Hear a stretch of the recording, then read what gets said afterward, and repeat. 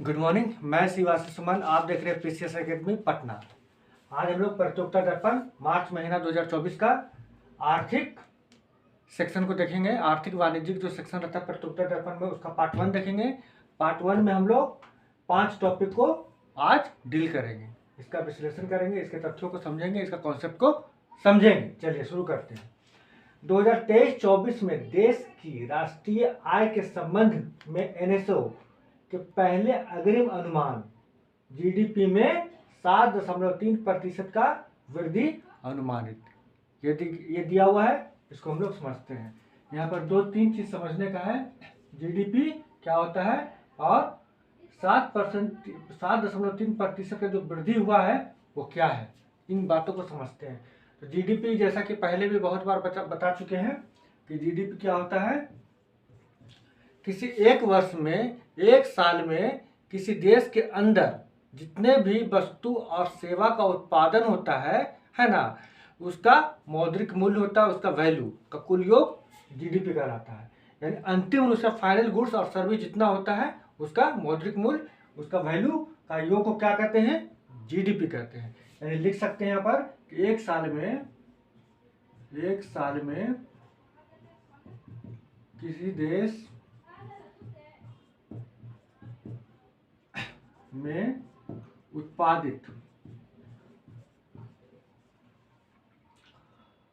वस्तु एवं सेवाओं का वैल्यू होता है ना, या मौद्रिक मूल्य कह सकते हैं, को क्या कहते हैं, जीडीपी कहते हैं। क्लियर? ठीक है। तो इस जीडीपी का जो मूल्यांकन होता है ना, वो 2 तरीके से होता है। एक होता है कांस्टेंट प्राइस यानी स्थिर मूल्य पर, दूसरा होता है करंट प्राइस यानी प्रचलित मूल्य पर। तो प्रतियोगिता दर्पण में दोनों के बारे में दिया गया है कि कांस्टेंट प्राइस पर क्या रहा जीडीपी और करंट प्राइस पर क्या रहा जीडीपी। तो पहले कांस्टेंट प्राइस आपको समझा देते हैं, फिर करंट प्राइस समझा देते हैं, फिर जो डेटा दिया हुआ है वो आपको बता देते हैं। चलिए, ये तो नोट कर लिए, बड़ा सरल भाषा बता दिए। लेकिन जीडीपी का एक बहुत बड़ा कॉन्सेप्ट है, लेकिन अभी हम करंट अफेयर का दृष्टिकोण से पढ़ रहे हैं, इसलिए बस हम बोलचाल की भाषा में इसको समझा दे रहे हैं, है ना। क्योंकि ज़्यादा इकोनॉमिक्स का टर्म लगाएंगे तो फिर समझना थोड़ा मुश्किल हो जाएगा, इसलिए हम करंट अफेयर का पर्पज से इसको पढ़ा रहे हैं। चलिए आगे देखते हैं। जीडीपी का मूल्यांकन होता है 2 तरीका से। एक होता है कांस्टेंट प्राइस, जिसको कहते हैं स्थिर मूल्य, है ना, इसको अंग्रेजी में कहते हैं कांस्टेंट प्राइस। दूसरा होता है प्रचलित मूल्य,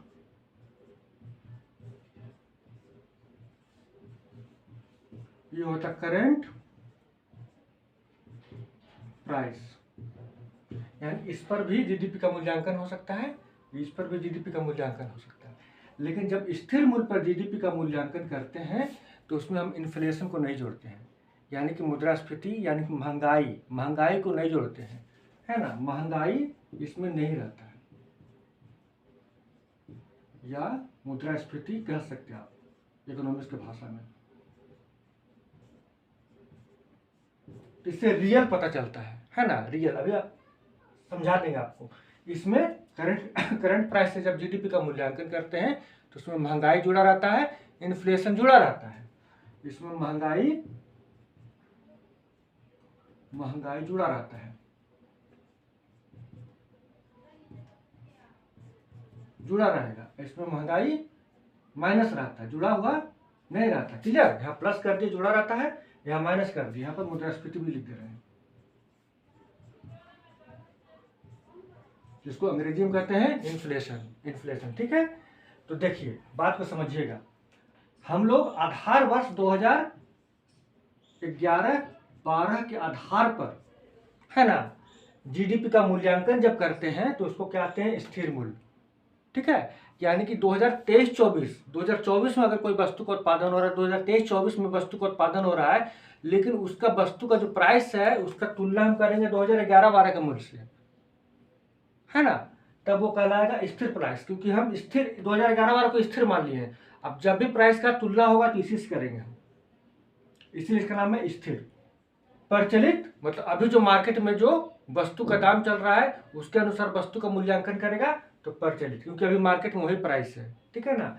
तो इसको किस लिए करते समझाते हैं आपको, थोड़ा सा समझिएगा, ध्यान दीजिएगा क्या कहना चाह रहे हैं यहाँ पर हम। जैसे मान लिया जाए कि 2011-12 में, वित्त वर्ष तो 11-12 ही बोलते हैं, 12-13 बोलते हैं, जैसे अभी 23-24 चल रहा है ना। तो 2011-12 में इस पेन का दाम 1 रुपया था। अब मान लीजिए कि देश में सिर्फ पेन का ही उत्पादन होता है, समझने के लिए बात को, होता तो बहुत होता है, गाड़ी हो रहा है, मोटर होता है ना, कूलर होता है, मोबाइल होता है, पेन होता है, कपड़ा होता है, एग्रीकल्चर प्रोडक्ट होता है, सर्विस सेक्टर बहुत कुछ होता है। समझाने के लिए बता रहे हैं कि मान लीजिए कि देश में केवल यही एक पेन का उत्पादन होता है ना। तो एक पेन का दाम है 1 रुपया। मान लीजिए पेन का दाम है, कलम का दाम मूल्य है 1 रुपया, ठीक है। 10 कलम का उत्पादन हुआ। उत्पादन कितना हुआ? 10 कलम का। कितना वैल्यू हो गया इसका? 10 कलम का वैल्यू कितना हुआ? 10 रुपया। एक कलम का दाम 1 रुपया, तो 10 कलम का दाम कितना? 10 रुपया।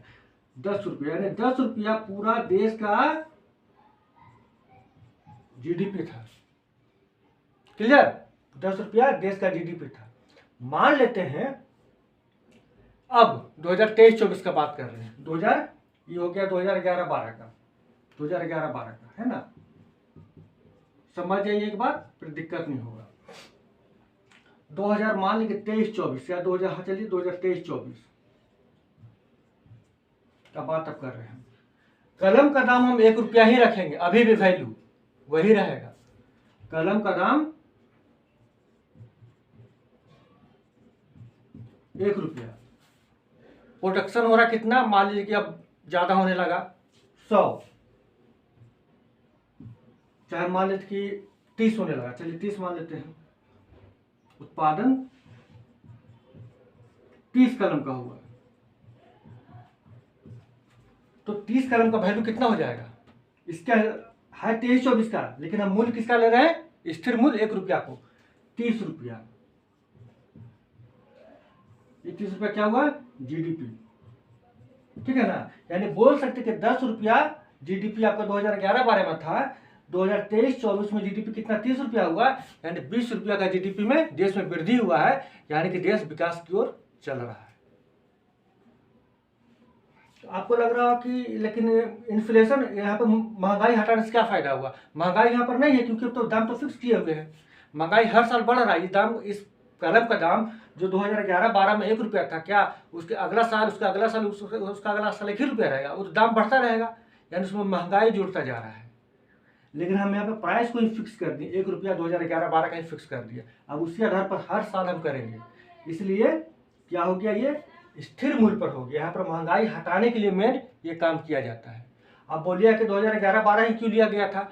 तो 2011-12 इसलिए लिया गया था क्योंकि उस वर्ष न तो ज़्यादा बहुत ज़्यादा महंगाई था, नहीं ज़्यादा देश में अर्थव्यवस्था में मंदी था।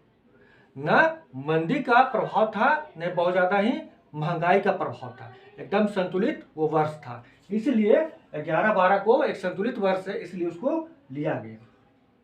क्लियर? यहाँ तो समझ गए। अब देखिए एक छोटा सा और चीज बता दे रहे हैं। मान लेते कि अब नहीं लेते तो क्या होगा? देखिए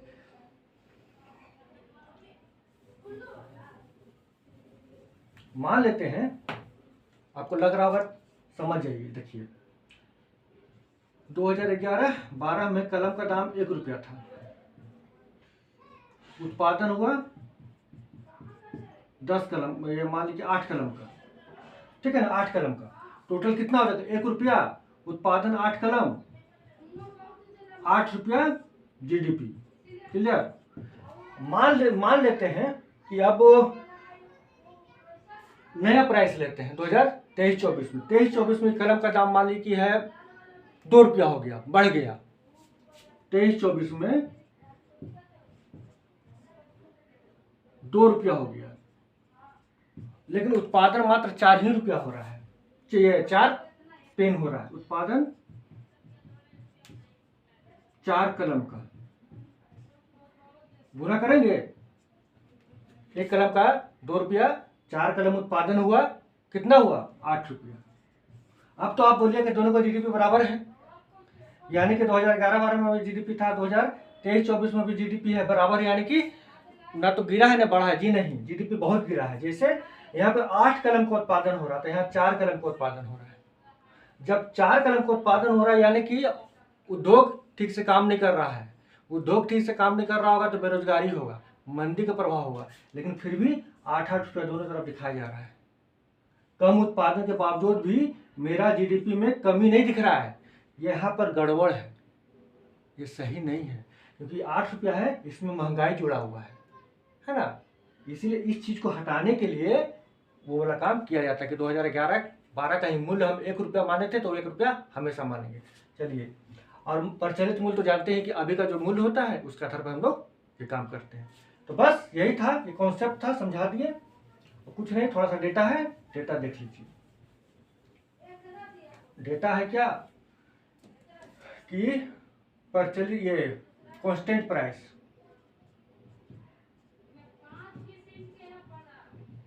ये करंट प्राइस, इसके आधार पर जीडीपी का मूल्यांकन किया गया, कितना हो जाएगा। इसका जीडीपी का मूल्यांकन वो बता रहा है कि आपका 7.2% है। फिर प्रति व्यक्ति आय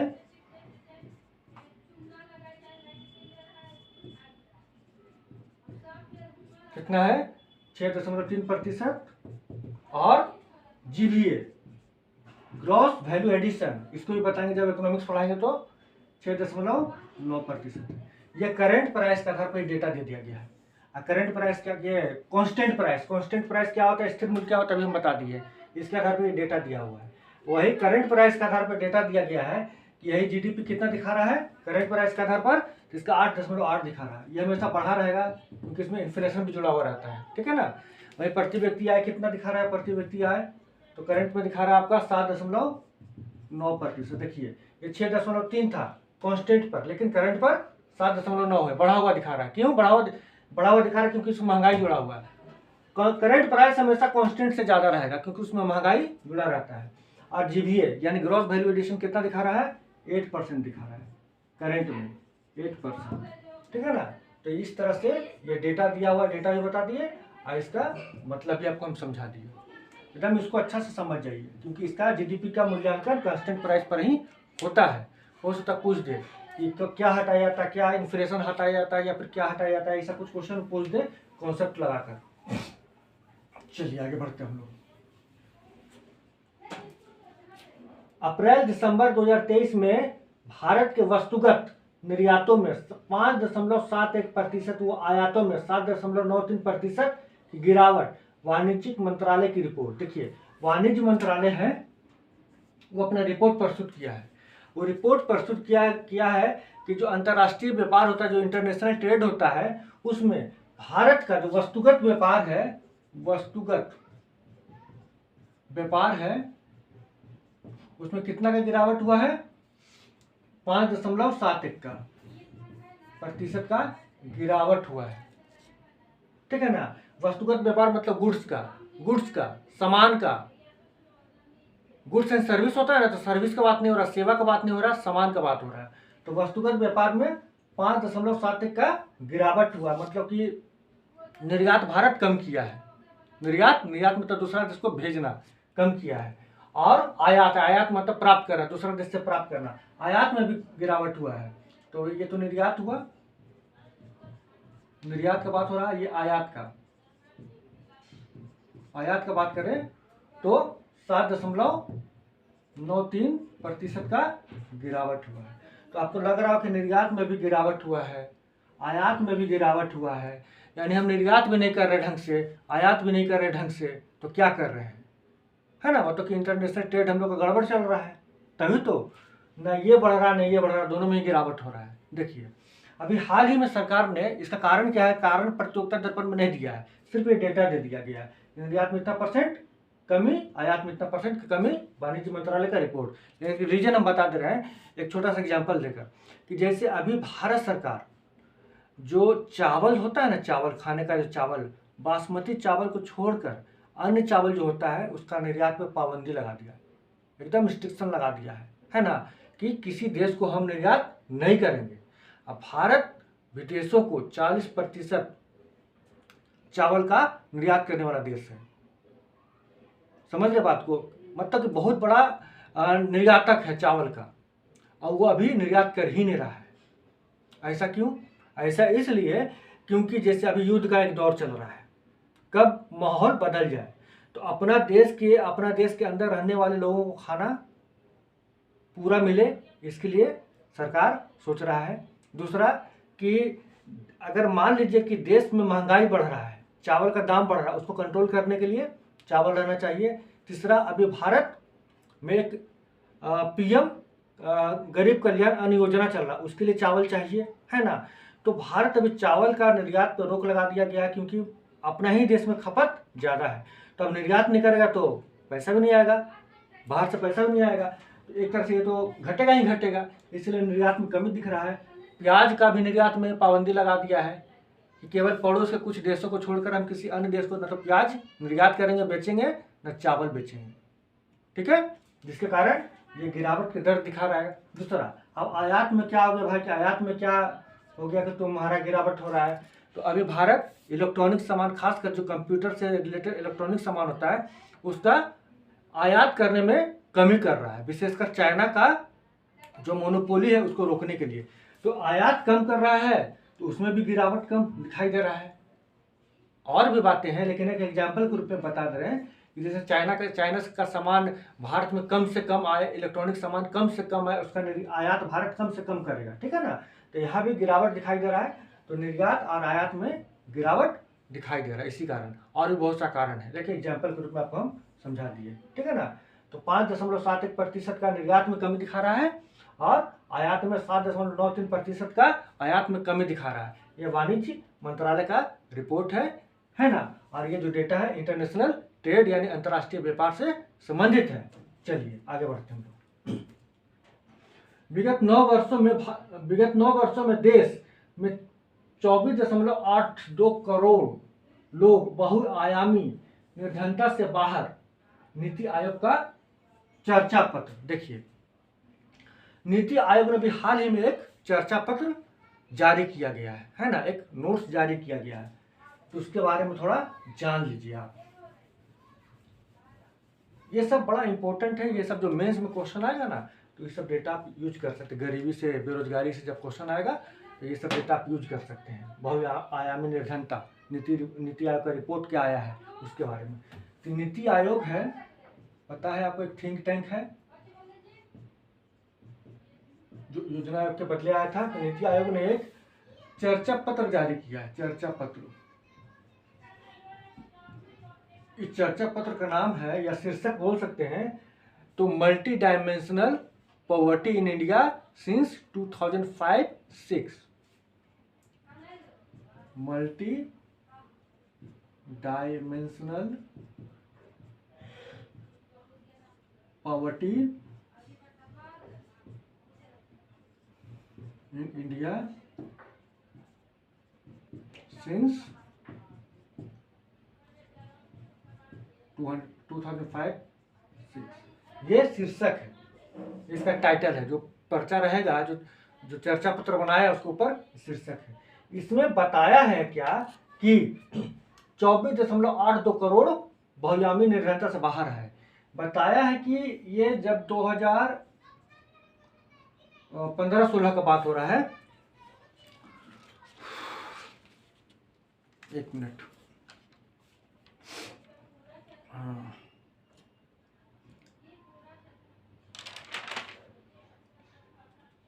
हम्म, 2013-14 बताता है। नीति आयोग 2013-14 में आपका गरीबी कितना था, 29.17%। ये डेटा है ना। 2013-14 में 29.17% ये आपका ये मल्टी डायमेंशनल पॉवर्टी रेट था। ठीक है ना। लेकिन यही अब घटकर 2022-23 में, अभी 22-23 में कितना हो गया है, 11.28%, यानी गिरावट दर्ज हुआ है। 2013-14 में 29.17% था, अब 2022-23 में 11.28% हो गया, है ना। यानी इसमें गिरावट दर्ज हुआ है, यानी कितना कमी हुआ है, तो कमी कितना हुआ, कमी आपका हो गया टोटल कितना 17.89%। 17.89% की कमी हुआ है, किसमें, मल्टी डायमेंशनल पॉवर्टी में। और अगर प्रतिशत को संख्या में कर दें, हम संख्या में बताएं, संख्या में ये तो प्रतिशत में है, संख्या आपका हो जाएगा कितना, यही 24.82 करोड़, ठीक है ना। ये दोनों बराबर है, या तो 17.89% बोलिए प्रतिशत में, या फिर 24.82 करोड़ बोलिए संख्या में। तो ये नीति आयोग का चर्चा पत्र है, इसमें बताया है कि मल्टी डायमेंशनल पॉवर्टी में बहुत ही कमी आया है। ये 2013-14 का आंकड़ा को 2022-23 का आंकड़ा से तुलना किया है, बताया है कि 17.89% लोग मल्टी डायमेंशनल पॉवर्टी से बाहर आए हैं, ठीक है। और संख्या में देखिए तो 24.82 करोड़ लोग हैं। इसका कारण भी बताया नीति आयोग, इसका कारण क्या है ये भी जान लीजिए, मेंस में पूछ सकता है या फिर ऑब्जेक्टिव में भी पूछ सकता है। इसका कारण क्या है, गरीबी से बाहर आने का कारण क्या है, तो पहला कि भारत सरकार बहुत सारे कल्याणकारी योजनाएं चला रही है, जैसे क्या, पोषण अभियान, नाम सुने होंगे, पोषण अभियान है ना, एनीमिया मुक्त भारत,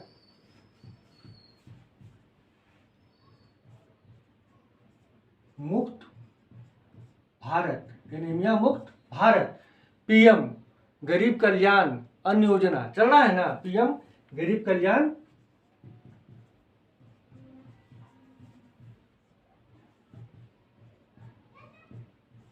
अन्न योजना, सौभाग्य मिशन, इसके तहत क्या हो रहा है, बिजली का सप्लाई किया जाता है, उज्ज्वला चल रहा है, और क्या चल रहा है, स्वच्छ भारत मिशन,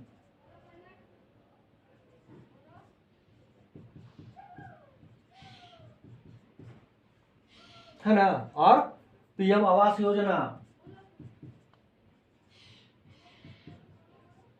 और भी बहुत सारी योजना चल रहा है। मतलब मोटा मोटी इतना है। इसका असर कहाँ पड़ेगा, मल्टी डायमेंशनल पॉवर्टी पर तो असर पड़ेगा। अगर इतना फैसिलिटी, इतना सुविधाएं भारत के जनता को मिलने लगे, गरीबों को मिलने लगे, तो धीरे धीरे गरीबी से बाहर निकलने लगेंगे, जिसके कारण मल्टी डायमेंशनल पॉवर्टी का रेट में गिरावट आया है। तो ये सबको भी याद रखिएगा, कम से कम ये सब आपको मेंस में लिखने में काम आएगा, ठीक है ना। निर्धनता कम हुआ है, इसका कारण ये सब है, ठीक है। आगे बढ़े, चलिए आगे बढ़ते हैं। हाँ, 2023 अब तक का सबसे गर्म वर्ष होने का वैश्विक एजेंसियों का अनुमान, भारत के लिए यह दूसरा सबसे गर्म वर्ष, ठीक है। देखिए 2023 को जो वर्ष था 2023, उसको सबसे गर्म वर्ष भी माना गया है। इसके बारे में समझते हैं हम लोग। जैसे भारत का जो IMD है, यानी भारतीय मौसम विज्ञान मंत्रालय, है ना, भारत का जो आपका मौसम विज्ञान विभाग है IMD,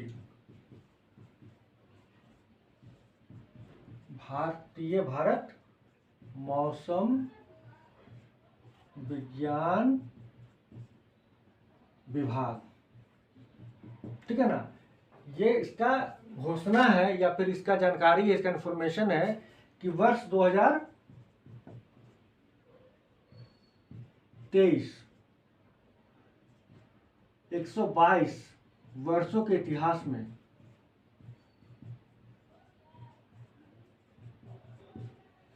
दूसरा सबसे गर्म वर्ष है, दूसरा सबसे गर्म वर्ष। तो एग्जाम में पूछ सकता है IMD के मुताबिक दूसरा सबसे गर्म वर्ष कौन था, तो आप बताइएगा कि IMD के मुताबिक 2023 दूसरा सबसे गर्म वर्ष रहा है, ठीक है ना। वहीं WMO यानी वर्ल्ड मेट्रोलॉजिकल ऑर्गेनाइजेशन, IMD का मतलब इंडियन मेट्रोलॉजिकल डिपार्टमेंट, ठीक है ना।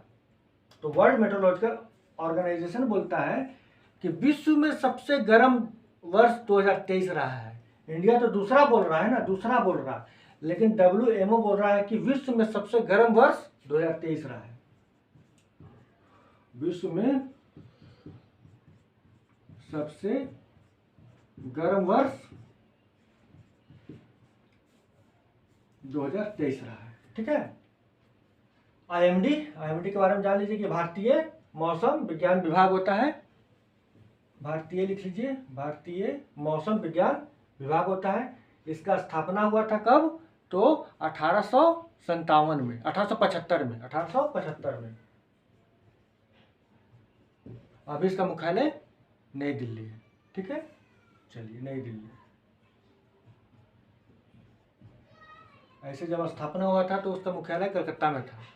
कलकत्ता से फिर वो शिमला शिफ्ट हुआ, शिमला से पुणे, और पुणे से होते हुए नई दिल्ली पहुंच गया। ठीक है। ये आपका भारत के जो आपका पृथ्वी मंत्रालय है, पृथ्वी विज्ञान मंत्रालय है, उसका एक एजेंसी है। पृथ्वी विज्ञान मंत्रालय का एजेंसी है IMD। ठीक है, हो सकता पूछ दे। तो बस इसमें इतना ही, आगे बढ़ते हैं। चलिए, ये तो हो गया। 10वां वाइब्रेंट गुजरात ग्लोबल सम्मेलन 2024 गांधीनगर में संपन्न हुआ। ठीक है। तो 10वां वाइब्रेंट गुजरात ग्लोबल सम्मेलन 2024 गांधीनगर में संपन्न हुआ। इसको हम लोग समझते हैं क्या बात है ये आखिर। देखिए, गुजरात के गांधीनगर में एक गुजरात ग्लोबल सम्मेलन होता है ना। वाइब्रेंट गुजरात ग्लोबल सम्मेलन होता है 2003 से चालू है। ये 2003 से चालू है। बीच में कोविड के कारण कुछ दिन बंद रहा, कुछ साल वर्ष बंद रहा, लेकिन फिर हाल में ये 10वां सम्मेलन गुजरात में हुआ। 10वां वाइब्रेंट गुजरात ग्लोबल सम्मेलन 2024 है ना। ये 10वां है, पहला 2003 में हुआ था। ये इसमें होता क्या है? तो इसमें देश विदेश के बड़े बड़े उद्योगपति, बिजनेसमैन आते हैं, आपस में बिजनेस से संबंधित चर्चा करते हैं, समझौता करते हैं, है ना। सिर्फ बिजनेसमैन ही नहीं आते हैं, अलग अलग देशों के राष्ट्र प्रमुख भी आते हैं, अब भारत के सरकार के साथ समझौता करते हैं। तो एक तरह तो बिजनेसमैन का आपस में मीटिंग हो रहा है, एक सरकार से सरकार का मीटिंग हो रहा है। ठीक है ना। तो अगर सरकार से सरकार का मीटिंग करे, यानी देश और देश का मीटिंग हो रहा है, भारत और दूसरा देश का मीटिंग हो रहा है, उसमें से UAE का भी चर्चा में रहा। UAE और भारत का समझौता चर्चा में रहा। भारत का समझौता चर्चा में रहा है। ये क्या वार्ता हुआ? इसमें 4 वार्ता हुआ, 4 मुद्दों पर दोनों मिलकर वार्ता किया है। तो क्या क्या वार्ता हुआ? तो पहला हुआ है कि लॉजिस्टिक के क्षेत्र में काम करेंगे मिलकर, लॉजिस्टिक के क्षेत्र में काम करेंगे।